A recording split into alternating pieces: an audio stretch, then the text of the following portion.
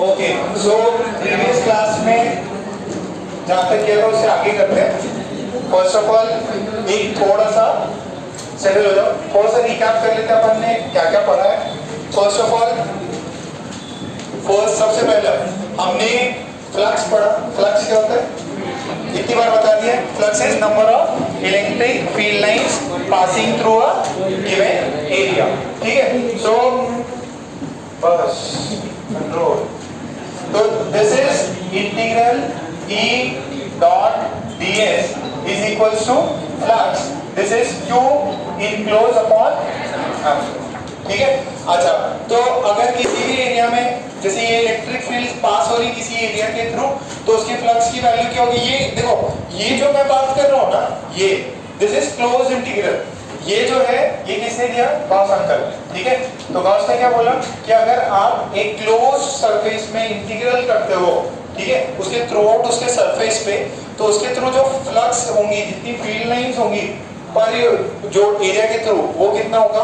Q enclose upon epsilon. इसके अंदर सिर्फ और सिर्फ इंटरनल चार्जेस कितने वो मैटर करता है, एक्सटर्नल पे कितने वो मैटर नहीं करता। ठीक, अच्छा, इसमें कोई भी शेप हो सकता है वो गॉसियन सरफेस का, चाहे स्फीयर लिया हो, क्यूब लिया हो, कोई भी सरफेसेस हो सकते हैं, उसका Q in by epsilon not ही होगा।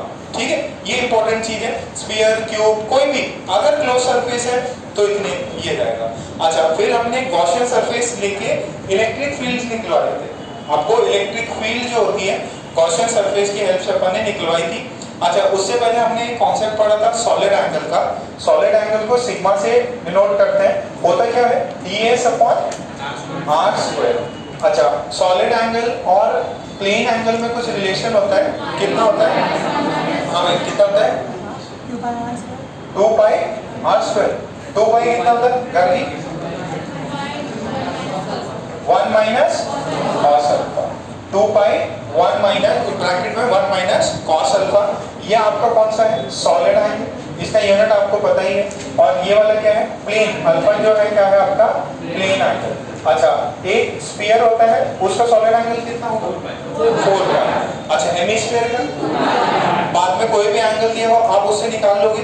ठीक है, ये चीज को हमेशा इसको जनरलाइज मत कर देना। स्फीयर है तो 4 पाई, हेमिस्फीयर है तो 2 पाई, और उससे क्वार्टर स्फीयर लिया तो ऐसा नहीं उसका एंगल उतना हो जाएगा। आपको वैल्यूज डाल के देखना पड़ेगा। 45 डिग्री डालोगे कुछ अलग एंगल आएगा, तो प्लीज इससे केयरफुल रहना है अपने को। अच्छा, फिर इलेक्ट्रिक फील्ड किया था अपन ने। इलेक्ट्रिक फील्ड जो अपन ने पहले से पढ़ रखा था वही चीज। अच्छा, गॉसियन सरफेस लेने से दो तीन फैक्टर्स का ध्यान रखना पड़ता है कि आप इलेक्ट्रिक फील्ड अगर गॉस लॉ से निकाल रहे हो तो आप वो गॉसियन सरफेस लो, वो ऐसा सरफेस लो जिससे आपकी जो एरिया और इलेक्ट्रिक फील्ड हो उसके अंदर या तो एंगल 0 हो या कितना हो? 90 डिग्री। और ऐसा सरफेस लेना है जहां पे इलेक्ट्रिक फील्ड की वैल्यू क्या जाए? कांस्टेंट। अगर इलेक्ट्रिक फील्ड की वैल्यू कांस्टेंट आएगी तो ये क्या हो जाएगा? इंटीग्रेशन से बाहर सिंपली फिर एरिया निकाल लेंगे, अपने को E आ जाएगा। तो E due to a charge अपने को पता है कितना होता है? K Q by R। ये सब पता है। K की वैल्यू 1/4 पाई एप्सिलॉन होती है। फिर हमने सिलेंडर की बात करी थी, इनफाइनाइट वायर की बात करी थी, सॉलिड सिलेंडर और हॉलो सिलेंडर। फिर एक इनफाइनाइट शीट। इनफाइनाइट शीट का इलेक्ट्रिक फील्ड कितना होता है? Sigma bye. ठीक है, एकदम सिंपल सी बात है। फिर इसके बाद अपन ने क्या किया था? कंडक्टर्स। ओके, कंडक्टर्स क्या होते हैं? वो जिनके अंदर बहुत सारे फ्रीली मूविंग इलेक्ट्रॉन्स प्रेजेंट हो। तो इनकी एक बहुत अच्छी मस्त वाली प्रॉपर्टी है कि अगर कंडक्टर्स को किसी एक्सटर्नल इलेक्ट्रिक फील्ड में रखेंगे तो उसके अंदर E कितना हो? 0। क्यों? क्योंकि उसके अंदर एक इंड्यूस इलेक्ट्रिक फील्ड होता है जिसकी वजह से वो क्या कर देते हैं? एक दूसरे को कैंसिल आउट कर देते हैं। आंसर 0 रहेगा अंदर। ये हमेशा वैलिड है, क्योंकि अगर नॉन जीरो वैल्यू हुई तो इलेक्ट्रॉन्स मूव करेंगे। इलेक्ट्रॉन्स मूव करेंगे तो चार्ज वापस इंड्यूस होंगे और इलेक्ट्रिक फील्ड बढ़ेगी। तो ये, और इसमें ऐसा नहीं लगता कि कोई बरस लग रहा है। ठीक है, जैसे आपने इलेक्ट्रिक फील्ड लगाया तुरंत उसका 0 हो जाता है। ऐसा नहीं, बहुत टाइम कंज्यूमिंग प्रोसेस है। विद इन जैसे रखोगे, जैसे आप चालू करते हैं स्विच, तुरंत आपकी लाइट चालू हो जाती है। तो वैसा सीन है। ठीक है, और फिर हमने इसके अंदर कुछ और प्रॉपर्टीज देखी थी। फर्स्ट, E अंदर 0 होता है। अगर कोई कंडक्टर है उस पर अगर अपन ने एक्सटर्नल चार्ज है तो सारा चार्ज कहाँ जाएगा? सिर्फ और सिर्फ सरफेस पे। ये सरफेस वाली चीज अपन को ऐसा पता चली क्या अंदर इलेक्ट्रिक फील्ड जीरो, अंदर इलेक्ट्रिक फील्ड जीरो है, तो यानी कि ई जीरो मतलब इनक्लोज कितना जीरो, तो अंदर कोई भी चार्ज इनक्लोज नहीं होता। फिर अगर एक और बात हमने करी कि मान लीजिए ये है और कोई भी ऐसा कैविटी है, कोई भी क्या है कैविटी है, इस पे अपन ने एक्सटर्नल क्यू चार्ज दिया, तो वो चार्ज अगर कैविटी है तो भी वो चार्ज कहाँ जाता है सरफेस पे। अच्छा, ये अभी कल वाली क्लास में अपन ने कुछ और बताया था, कैविटी के अंदर कुछ चार्ज है, ठीक है, वो डिफरेंट केस है, वो इससे उसको मत मिलाना कि भाई सेम ही है, नहीं वो थोड़ा डिफरेंट है। बड़ा चालू है, देखे रहना है ना, आइस तुम्हें लीड करना है। जो ये चीज करी थी, अच्छा कल की बातें देख लो। कल जो हमने किया था कि यार आपके पास में स्फीयर है, उसके अंदर आपके यहाँ पे प्लस क्यू चार्ज है, ठीक है। अगर सेंटर पे देखो, अब थोड़ी देर में ना मैं आपको और भी बताऊंगा डेंसिटी कैसे होगी। देखो अगर इसे सेंटर पे प्लस क्यू चार्ज है, दिस इज कैविटी, और यहाँ पे ये कंडक्टिंग पार्ट है, ये क्या है कंडक्टिंग पार्ट है, यानी यहाँ फ्रीली अवेलेबल इलेक्ट्रॉन्स है। तो अगर फ्रीली अवेलेबल इलेक्ट्रॉन्स है, यहाँ पे चार्ज कितना है माइनस क्यू, यहाँ पे कितना है प्लस क्यू। ये पहले न्यूट्रल था, फिर यहाँ पे ये प्लस क्यू वैल्यू है, ठीक है। इतनी बात सबको समझ में आती है। अच्छा, फिर अपन ने क्या किया था ना, ये यहाँ ए पॉइंट रखा था, बी पॉइंट रखा था और फिर सी पॉइंट, फिर हमने इलेक्ट्रिक फील्ड निकाला था, वो इलेक्ट्रिक फील्ड और वोल्टेज निकाला था। जब आपसे वोल्टेज और इलेक्ट्रिक फील्ड निकाले तो आप चार पार्ट में डिवाइड करेंगे।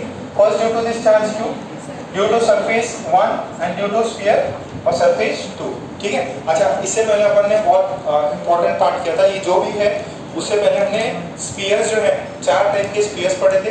कौन से? Conducting hollow, conducting solid, non conducting hollow and non conducting solid, और उन सब का हमने 7 चीजें बताई थी। कौन सी? Electric field inside, electric field outside, voltage inside, voltage outside, graph बनाया था, ठीक है। अच्छा, उसमें एक ग्राफ वो सॉलिड वाले का डिफरेंट रहता है, ये तो वोल्टेज का होता है, ठीक है, ये एक वोल्टेज का होता है। इलेक्ट्रिक फील्ड का कैसा होता है? ऐसे जाएगा और फिर है ना, तो ये इलेक्ट्रिक, ये ग्राफ याद रहना चाहिए। फिर एनर्जी का किया था, एनर्जी कितनी आती? हाफ के क्यू स्क्वायर बाय आर पहले वाले में, और उस वाले में कितनी आती? 3/5, ठीक है। और फिर कल अपन ने ये भी किया था क्या, टचिंग और कनेक्टिंग ऑफ कंडक्टर्स। कंडक्टर्स को अगर टच करोगे तो उनमें क्या चीज सेम हो जाती? वोल्टेज सेम हो जाता। वोल्टेज सेम आएगा तो बेसिकली क्या है, उनके अंदर जो चार्जेस का है फ्लो का, वोल्टेज सेम आने के लिए क्या होना चाहिए? चार्जेस का फ्लो होना चाहिए।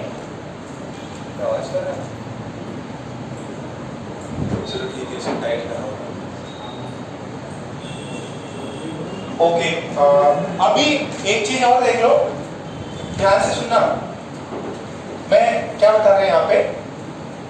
यार आपके पास में ये एक स्फीयर है और यहाँ पे कॉन्सेंट्रिक आपका एक स्फीयर कैविटी है, दिस इज कैविटी, ठीक है। ये S1 यहाँ पे प्लस क्यू है, यहाँ पे माइनस क्यू आ जाएगा और यहाँ पे आ जाएगा plus Q. This is surface 1, this is surface 2। अच्छा, अगर मैं चार्ज डेंसिटी की बात करूं, देखो ये सिमेट्रिकल है, तो क्यू इसके सेंटर पे, दोनों कैविटी के और इसके, तो क्यू जो सिमेट्रिकल, ये स्फीयर है, तो यहाँ पे जो S1 का जो सरफेस है ना, उसकी जो चार्ज डेंसिटी होगी वो यूनिफॉर्म होगी। क्या होगी? यूनिफॉर्म। यूनिफॉर्म मतलब क्या है कि यार आपने अगर यहाँ पे छोटा सा टुकड़ा लिया तो जितनी उसमें चार्ज आएगा उतने ही यहाँ पे सारे पार्ट्स में सेम है। तो यहाँ पे क्या है, S1 में यूनिफॉर्म चार्ज डेंसिटी, ठीक है, this is UCD, uniform charge density. S2 में क्या हो, S2 भी स्फीयर है, तो S2 में भी क्या आ जाएगा? Uniform charge density. ये बात समझ में आ रही है? ये सिर्फ और सिर्फ पूछेगा, इससे कोई सवाल नहीं बनेगा, क्योंकि फिर अगेन डिस्टेंस सब देखो, जितने भी अपन ने किए थे उन सब में प्रॉब्लम्स में ये जो इंटरनल चार्ज है कैविटी में, उसको अपन ने कहाँ रखा था? सेंटर पे, ताकि अपने डिस्टेंसेस जो भी अपन यहाँ से इजीली मेजर कर सके अंदर बाहर, ठीक है। ये आपको अंडरस्टैंडिंग के लिए। अच्छा, अब दूसरा देखो, अगर ये कैविटी है और ये ऐसा है, सेंटर है, मान लीजिए आपने ना प्लस क्यू को इस तरफ ऐसे रखा है, this is cavity, this is cavity, sphere है, ठीक है। आपने इसे सेंटर पे ना रखते हुए इसको इधर बाजू में रखा, इसको इसके बाजू में रखा, तो होगा क्या, यहाँ पे इधर जो है चार्जेस एक्यूमुलेट होंगे -2, पर उसका डेंसिटी जो है वो यूनिफॉर्म नहीं होगा, ठीक है। ये इंपॉर्टेंट चीज है। S1 जो है, S1 में ये क्या हो जाएगा, नॉन यूनिफॉर्म चार्ज डेंसिटी। किसके अंदर देखो, क्योंकि ये वाला चार्ज जो है ये इस वाले सरफेस के पास है, तो इसके वजह से यहाँ पे थोड़ा सा नॉन यूनिफॉर्म रहेगा। अच्छा, अब दोनों क्या है, इसके अंदर इसका और इसका जो है नेट जो इलेक्ट्रिक फील्ड क्या हो जाएगा, 0 रहेगा अंदर, बट S2 में जो है, S2 सरफेस है, यहाँ पे जो चार्ज डेंसिटी होती है वो क्या होती है, यूनिफॉर्म होगी। ये आपको याद रखना है, ठीक है। इसके अंदर जो चार्ज डेंसिटी होगी दैट इज यूनिफॉर्म, ठीक है। अच्छा, एक और देखो, सिंपल है, समझ में आ जाएगा। अगर हमने ये चीज बनाई और ऐसा कुछ बनाया, ये शेप ही खराब है, ठीक है, और यहाँ पे कहीं पे भी डालो तो कोई सेंटर का सीन ही नहीं बनता, तो यहाँ पे S1 है, यहाँ पे S2 है। S1 पे अभी भी क्या बनेगा, नॉन यूनिफॉर्म चार्ज डेंसिटी, ठीक है, और इस पे क्या बनेगा, S2 पे यूनिफॉर्म बनेगा। क्या बनेगा इसके अंदर, अभी भी इसके अंदर यूनिफॉर्म चार्ज डेंसिटी बनेगा। ये प्लीज आपको याद रखना है। अच्छा, ये देखो, सरफेस भी ऐसे उबड़ खाबड़ और कैविटी भी उबड़ खाबड़। अब इसके अंदर सर लॉजिकल है, ये सरफेस S1 है, ये S2 है, S1 में भी क्या बनेगा, non uniform charge density. S2 में भी क्या बनेगा, नॉन यूनिफॉर्म। वो तो जब स्फीयर का तभी पॉसिबिलिटी है, इसमें दोनों ही केस में क्या बनेगा, नॉन यूनिफॉर्म। चमक रहा है इतना, अच्छा होगा।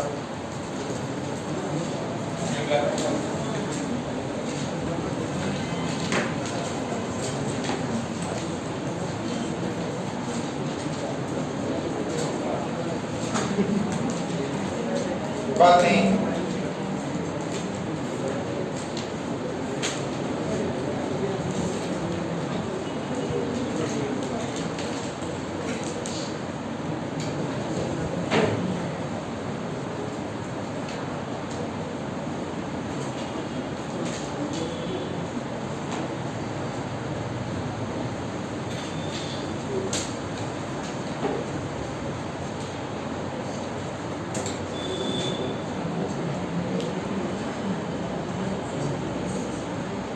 फटाफट छापो, आज जितना होगा उतना कर दीजिए।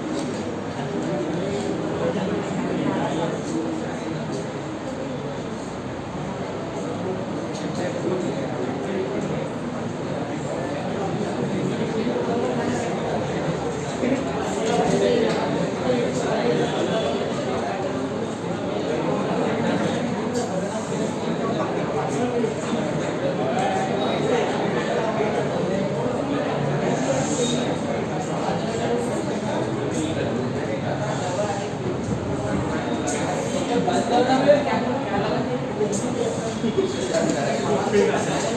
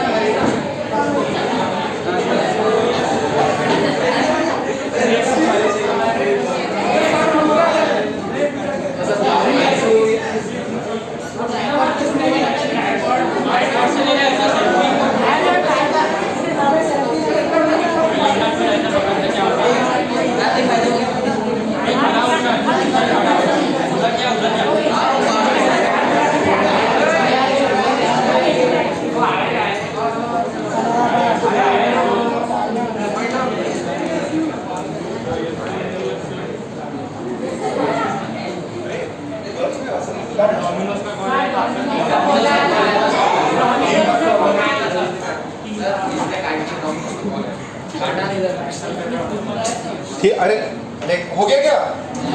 जल्दी जाओ फिर बात करो तुम लोग।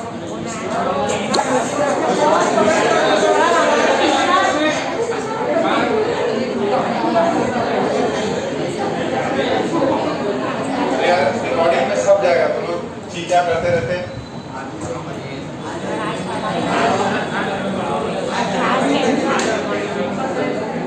ये हो गया? तुमने भी नहीं लिखा? हाँ, फर्स्ट और इसमें ये सेंटर पे ये जो है this Q is at the center, Q is at the center of जो भी आपका कैविटी है, सेंटर ऑफ कैविटी, और ये कॉइंसेंट्रिक है, ठीक है? डॉट कौन सा ये? ओके, नेक्स्ट रीडिंग डालो और दी, हाँ और दी, नेक्स्ट रीडिंग डालो और दी और दी।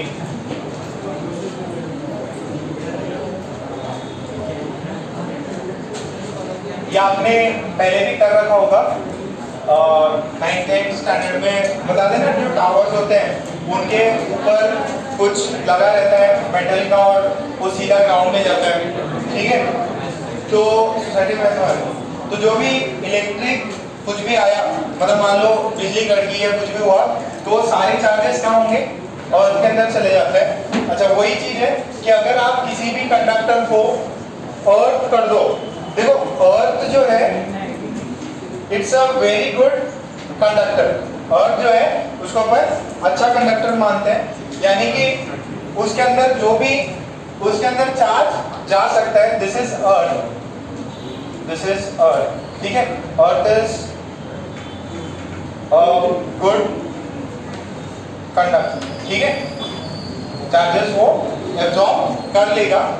अच्छा, अब इसमें ये देखो, अगर मान लीजिए अर्थ एक कंडक्टर है और एक दूसरा कोई कंडक्टर है, यहाँ पे अपने पास में एक दूसरा कंडक्टर है कैपिटल R, ठीक है? और इस पे है चार्ज कैपिटल Q, इस पे चार्ज क्या है? कैपिटल Q, और तो इसका वोल्टेज कितना हो जाएगा? इसके सरफेस पे वोल्टेज कितना हो जाएगा? K capital Q by R। Okay, अगर मैं इसी कंडक्टर को, दिस इज कंडक्टर और ऊपर वाला जो है वो क्या है? अर्थ, ये जो है ये क्या है? अर्थ है। अच्छा, अगर अपन ये कंडक्टर को कनेक्ट करा देते हैं अर्थ से, किसे कनेक्ट करा देते हैं? अर्थ से, तो ये अर्थ है, रेडियस ऑफ अर्थ, इसका कुछ वोल्टेज था, इसका भी।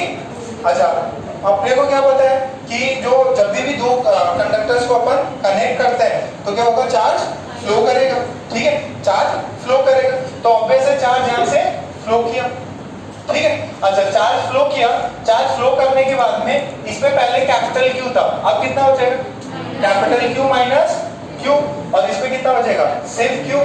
अच्छा, अगर इनको कनेक्ट किया गया है तो क्या चीज सेम रहेगी? क्या रहेगा? वोल्टेज सेम रहेगा। अगर वोल्टेज सेम है तो मैं बोलता हूँ voltage of this sphere A is बराबर टू वोल्टेज ऑफ अर्थ। तो इसका कितना है? अभी नया वोल्टेज कितना होगा? KQ minus Q by R of the sphere.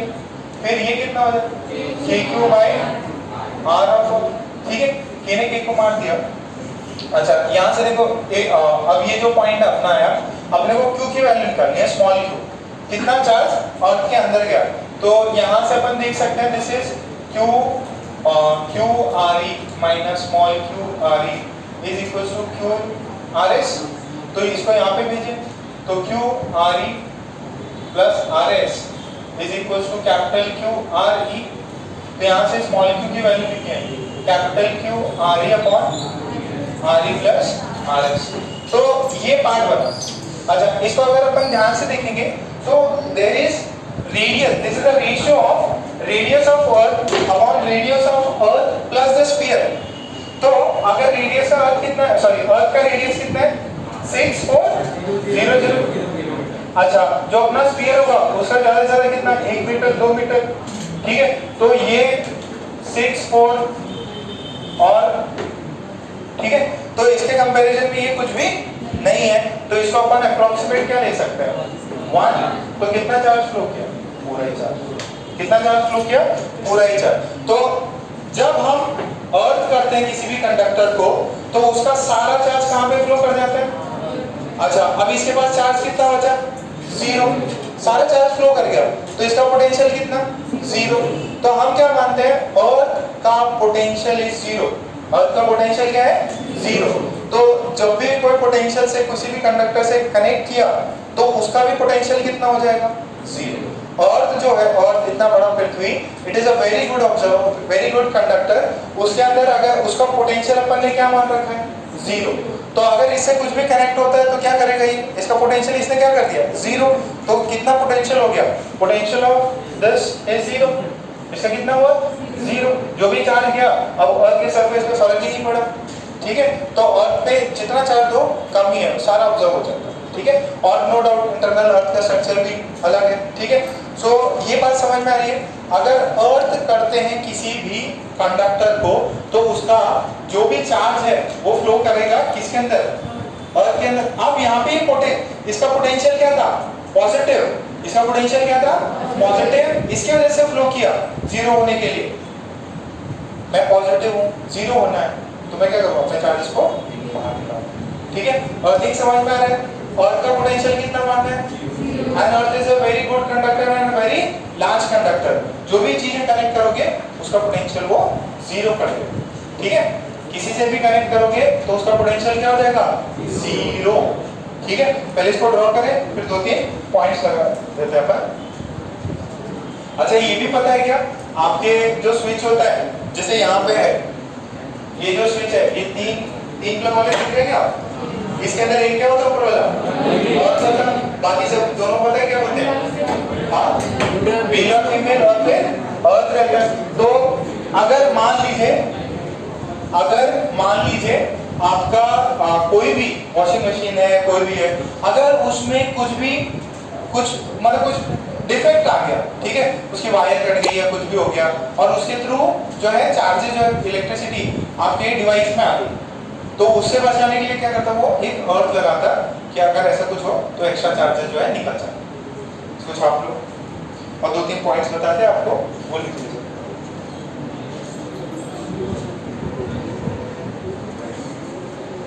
बात नहीं,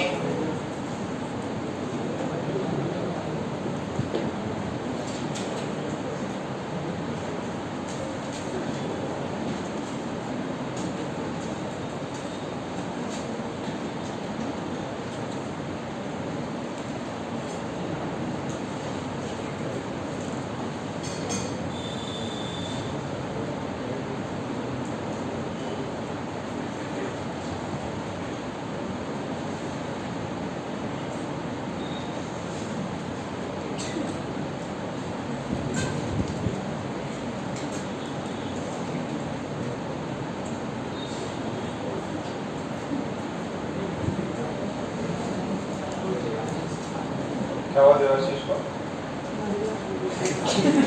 पानी से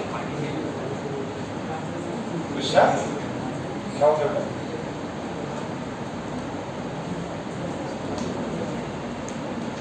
गुड पॉइंट।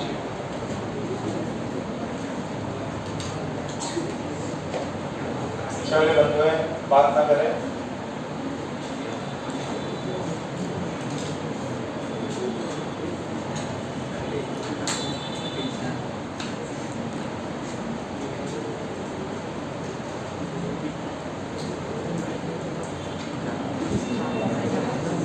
बात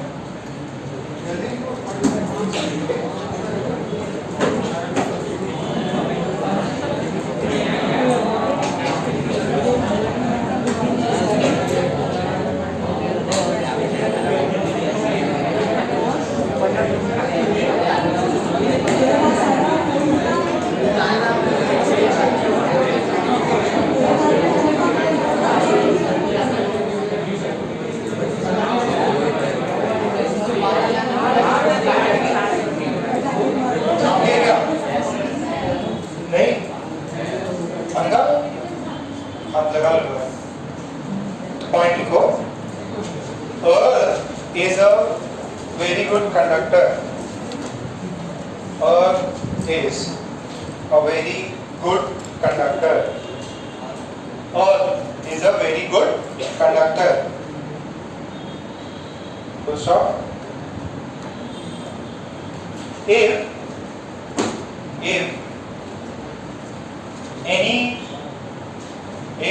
any charged object is connected, if any charged object is connected to earth, if any charged object is connected to earth, then earth will make the voltage or potential of the conductor as zero. Then earth will make the voltage or potential of the conductor as zero. Then earth will make the voltage or potential of the conductor as zero. Full stop. Third line लिखो. The potential, third line, the potential of earth is assumed. The potential of earth is assumed to be zero. The potential of the earth is assumed to be zero. अर्थ का potential अपन ने कितना मान रखा है? Zero मान रखा. ठीक है, ये बात सबको क्लियर है? अच्छा, अब इसका सिंबल क्या है?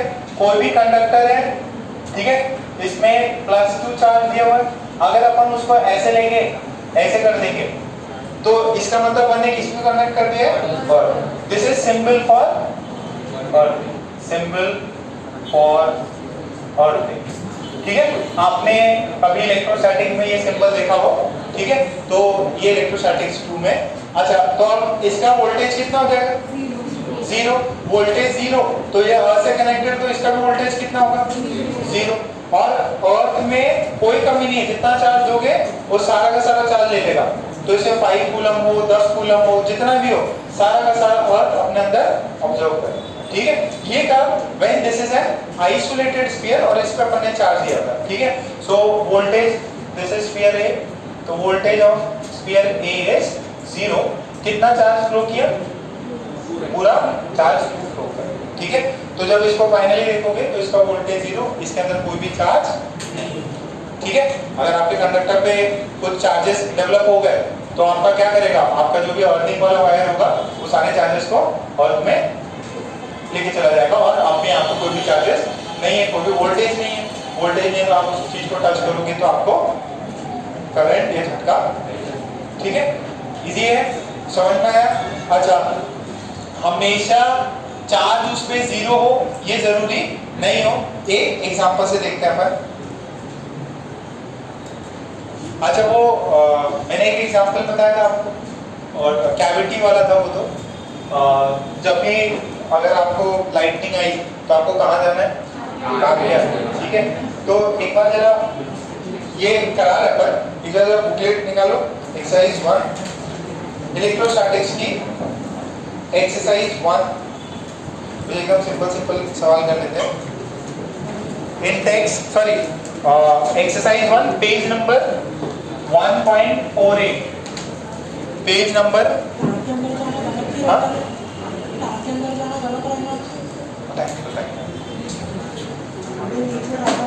अरे आराम से बताएंगे आपको, घबरा. तो देखिए जरा 55 नंबर का सवाल, 55 नंबर का सवाल, एक्सरसाइज 155. स्फीयर दिया हुआ है और उस पे एक्सटर्नल इलेक्ट्रिक फील्ड लगी हुई है. कौन सा इनमें से सही ग्राफ है? देखो, जो B और C है उसके अंदर तो लाइन स्फीयर के अंदर दिख रही है. क्या स्फीयर के अंदर लाइंस होती है? नहीं. तो A हो सकता है और D हो सकता है. A में जो दिया हुआ है उसके अंदर तो एकदम स्ट्रेट लाइन है, बट अपने को पता है इक्विपोटेंशियल सरफेस होता तो कितना एंगल बनाता है? 90 डिग्री.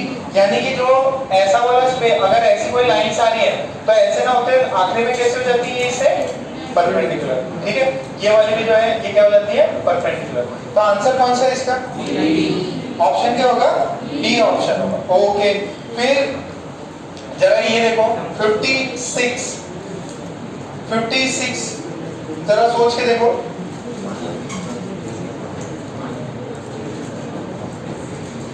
देखो अगर किसी बॉडी पे चार्ज है या नहीं है तो उसके लिए एक श्योर टेस्ट होता है रिपल्शन का। अगर कोई बॉडी पे चार्ज है या नहीं है इसका टेस्ट कैसे करते हैं? अगर वो रिपल्शन कर रहे हैं तो ही सही बात है। देखो दो डिफरेंट अपोजिट चार्जेस क्या करते हैं? अट्रैक्ट। अगर कोई चार्ज है और कोई न्यूट्रल ऑब्जेक्ट है तो भी उसका अट्रैक्ट कर सकते हैं। जैसे आपने कंघी की है, ठीक है, कंघी लगा के आपके जो पेपर है उस पर आपने लिखे गए, पेपर में थोड़ी चार्ज है अभी, फिर भी वो अट्रैक्ट हुआ। ठीक है, तो जैसे आपको क्या बोला गया है, एक इंपॉर्टेंट चीज है कि टेस्ट फॉर चार्ज, अगर कोई चार्ज है या नहीं उसका सबसे सटीक तरीका है रिपल्शन। अगर कोई भी चीज क्या करती है रिपल्शन, अगर एक दूसरे को रिपेल कर रही है, एक दूसरे को रिपेल कर रही है मतलब एक्चुअल में उसमें चार्ज है। बट अट्रैक्शन जो है ना, अट्रैक्शन किसी न्यूट्रल एंड चार्ज में भी हो सकता है। अट्रैक्शन किस में हो सकता है? न्यूट्रल और कोई चार्ज बॉडी में भी अट्रैक्शन हो सकता है और दो अपोजिटली चार्ज बॉडीज में भी हो सकता है। एक ये हो सकता है और एक अपोजिटली चार्ज बॉडी में भी अट्रैक्शन हो सकता है। तो ये जो 46 बोला है इसमें बोला है कि neutrals is placed near a finite metal carrying positive charge, the electric force on the object will be. देखो आपने क्या किया, 56 में एक प्लेट है, इसका चार्ज कितना है? पॉजिटिव, और उसके बगल में क्या रखा है आपने? स्फीयर। स्फीयर कैसा है? न्यूट्रल। अच्छा न्यूट्रल रखा, पॉजिटिव, तो यहाँ से इलेक्ट्रिक फील्ड ऐसे जाएगा, यहाँ पे क्या डेवलप होगा? नेगेटिव। अच्छा यहाँ पे क्या है? पॉजिटिव। देखो पॉजिटिव पॉजिटिव तो रिपेल मारेंगे बट पास में कौन है? नेगेटिव। ये इंड्यूस चार्ज है जो है, तो ये होगा क्या इनके बीच में? अट्रैक्शन। क्या होगा? तो प्लीज जरा ये पॉइंट लिख लीजिए आप लोग। अगर कोई चीज के अंदर चार्ज है या नहीं है उसका बेस्ट तरीका कैसे पता चलता? By repulsion. By repulsion is the sure test to check the presence of charge. If two objects are attracting, then there is a chance that one of the objects may be neutral.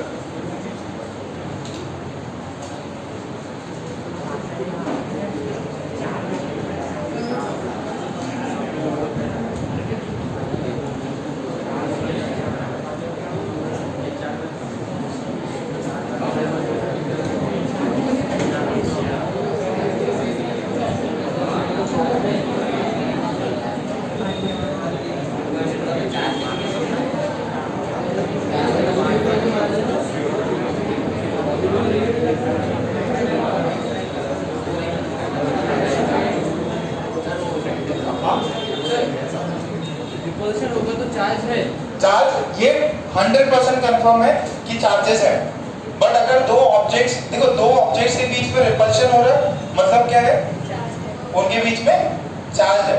और अगर दो bodies attract हो रही हैं तो हो सकता है उनमें चार्जेस हो, अपोजिट चार्जेस। ये हो सकता है उनमें सिर्फ एक ही चार्ज है और एक वाला क्या है?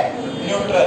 ठीक है, देखो अगर किसी में मतलब अगर कुछ बनता नहीं है मतलब उनके बीच में दुश्मनी है, और इसमें दोस्ती है मतलब देखते से हाँ यार अच्छी पड़ रही है, तो हो सकता है उनमें अच्छे दोस्त हो।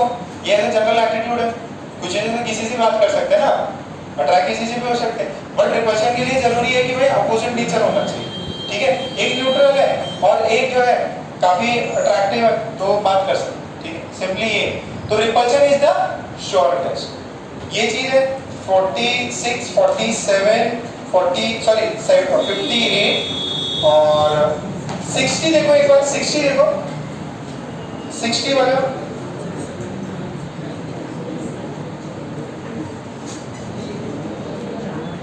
60 में सेम 55 जैसा ही है। हाँ सी वाला 61 देखो,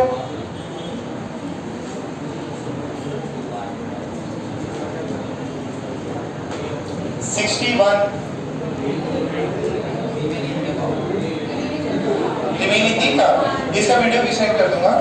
63 देखो, बात नहीं, 63